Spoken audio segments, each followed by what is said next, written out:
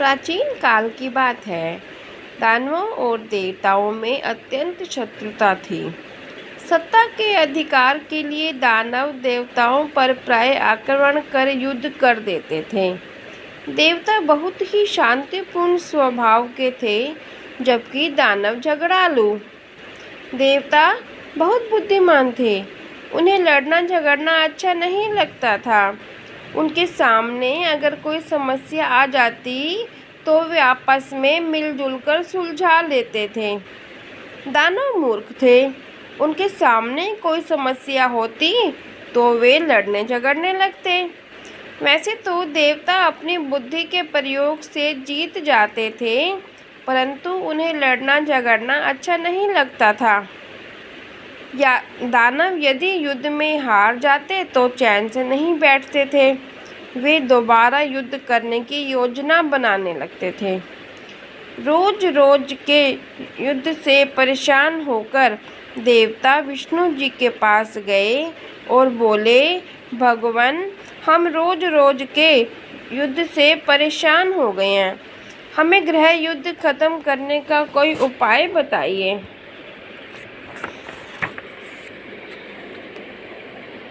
विष्णु जी बोले, ठीक है, आप चिंता मत कीजिए, मैं गृह युद्ध समाप्त करने का कोई उपाय सोचता हूँ।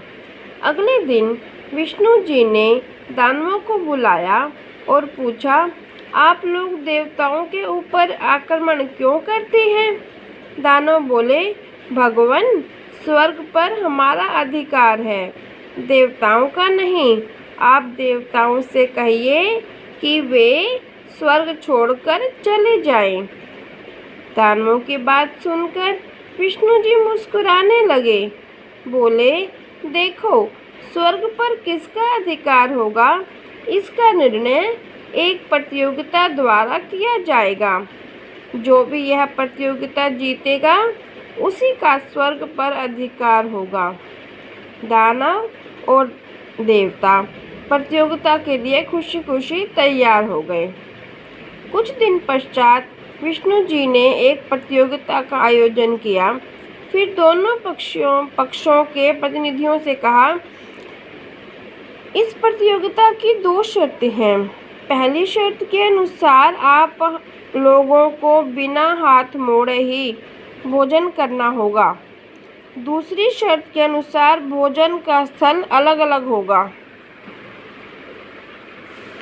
प्रतियोगिता आरंभ हुई। देवताओं और दानवों को भोजन करने के लिए अलग अलग स्थानों पर बैठाया गया।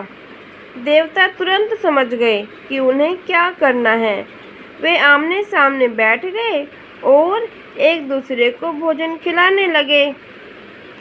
उन्हें हाथ मोड़ने की आवश्यकता ही नहीं हुई। उन्होंने आनंदपूर्वक भोजन किया। दूसरी ओर दानवों को कुछ समझ नहीं आया। वे इधर उधर देखते रहे, फिर थालियों में मुंह डालकर भोजन करने लगे, जिसके परिणाम स्वरूप उनके वस्त्र और मुंह गंदे हो गए। उनका भोजन भी इधर उधर फैल गया। दानवों को अपनी गलती समझ में आ गई थी। वे निराश हो गए और उस दिन से सदा के लिए देवताओं का स्वर्ग पर अधिकार हो गया। Thank you. Please like, share and subscribe my channel.